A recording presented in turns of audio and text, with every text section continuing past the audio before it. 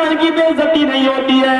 محمد رسول اللہ صلی اللہ علیہ وسلم کی سواری جا رہی ہے, آپ رکنا چاہتے ہیں, اور تو حضرت کے قبیلے آپ کو روکنا چاہتے ہیں, لیکن اللہ کے نبی فرما رہے ہیں اس اونٹنی کی لگام چھوڑ دو, یہ اللہ کے حکم سے جس کے دروازے پر بیٹھ جائے گی میں اسی کا مہمان بنوں گا.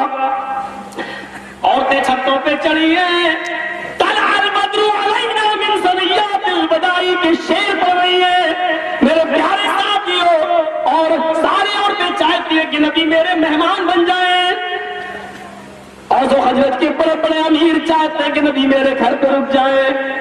لیکن ابو ایوب انصاری کی بیوی گھر کے اندر وضو بنا کے 2 رکعت نماز پڑھ کے اپنے رب سے دعا کر رہی ہے, آئے میرے رب پورے مدینے میں سب سے زیادہ غریب گھرانہ میرا ہے, مجھ سے زیادہ غریب کوئی نہیں ہے. آئے میرے پروردگار, اگر آج ایک غریب گھر کو سب سے بڑی نعمت تو دے دے تو تیرا کیا بگڑ جائے گا. اے اللہ, اگر آج محمد رسول اللہ کو میرا مہمان اور مجھے نبی کا میزبان بنا دے تو تیرا کیا بگڑ جائے گا.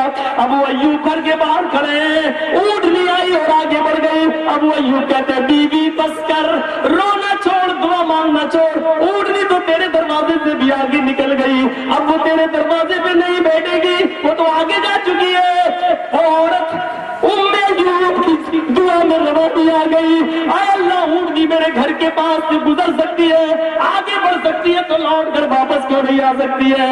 اونٹنی تھوڑی دور آگے بڑھی, پھر لوٹ کر واپس آئی. اللہ کے نبی فرماتے ہیں جب تک بیٹھ نہیں جائے گی فیصلہ نہیں ہوگا.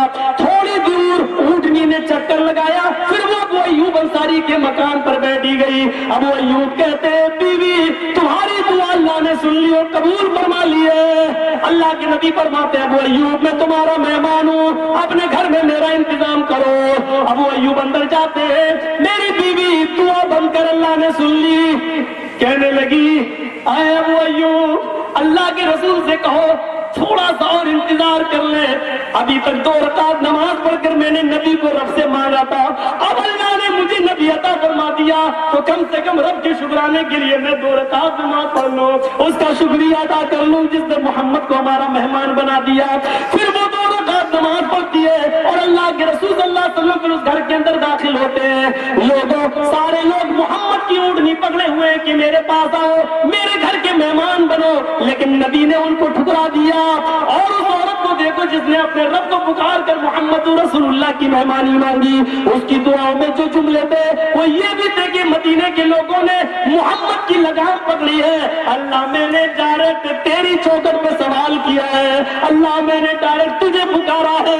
میرے بھائیوں, رب وہ ہے جو ڈائریکٹ سنتا ہے, رب وہ ہے کہ جس کو کسی کی سہارے کی ضرورت نہیں پڑتی ہے. اللہ وہ ہے میرے بھائیوں, اس آدمی کو سنو جس نے 99 قتل کیے تھے, اس کو بھی ڈائریکٹ جس نے کسی مولوی سے پوچھا کہ 99 کر چکا ہوں, اب میری بخشش ہوگی, اس نے کہا 900 چوہے کھا کے بلی چلی آج کو, اب تیری بخشش نہیں ہوگی. اس نے کہا نہیں ہوگی, تو جب نہیں ہوگی تو تو کیوں بتا, 100 پورا کر دیا.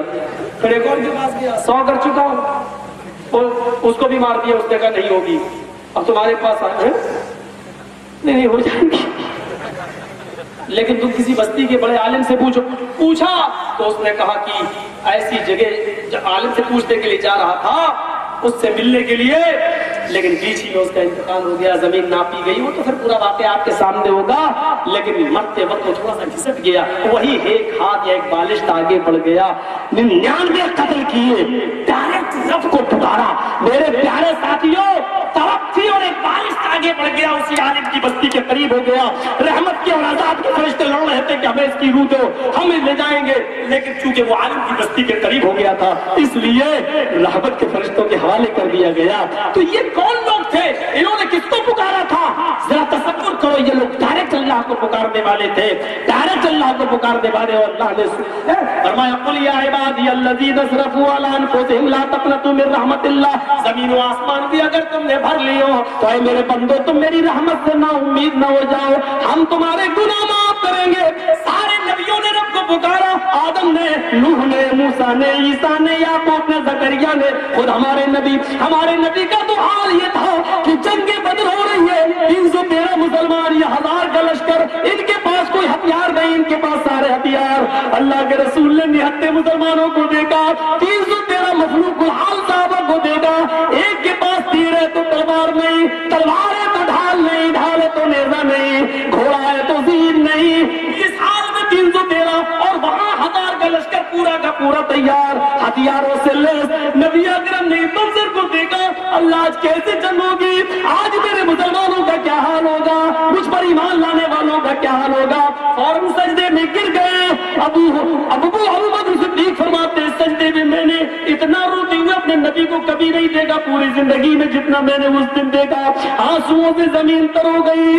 اللہ کے رسول سجدے کی حالت میں پڑے ہیں اور یہ فرماتے ہیں اللہ کو پکار کر، اللہم لا تہلک ھذہ العصابہ ان تہلک ھذہ العصابہ لن تعبد بعد اليوم۔ اے اللہ آج یہ مٹھی پر جماعت ہلاک ہو گئی تو روئے زمین پر پھر کبھی تیری عبادت نہ ہوگی۔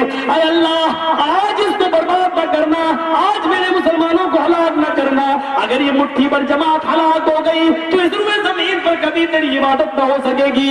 یہ پکارا تھا، یہ نبی نے اللہ تبارک و تعالیٰ کو، نبی اللہ کو پکارے، صحابہ اللہ کو پکارے، صحابیات بھی نبی کی چوکٹ سے مایوس آئے تو اللہ کو پکارے۔ یہی ہماری دعوت ہے، یہی ہماری توحید ہے، اور یہ توحید یہی تقاضا کرتی ہے کہ ہمیں جوتے کا تسمہ بھی مانگنا ہو تو اللہ سے مانگنا چاہیے، ہمیں مجبوری، پریشانی اور تمام مصائب و آلام میں اللہ کے در کو پر جانا چاہیے۔ میرے بھائیوں ہمیں 2 بجے چھوڑنا تھا، گھسیٹتے ہوئے ہم نے 2:45 کر دیا، آپ کی بھی لاج ہم نے رکھ لی، ہمیں معاف کیجیے گا، میری فلائٹ اگر چھوٹ گئی تو بڑی دشواری ہوگی۔ ہم اللہ سے دعا کرتے کہ اللہ جب تک تو ہمیں زندہ رکھ، توحید پہ زندہ رکھنا، اور جب ہمارا خاتمہ ہو تو ایمان پر ہمارا خاتمہ فرمانا۔ وآخر دعوانا ان الحمدللہ۔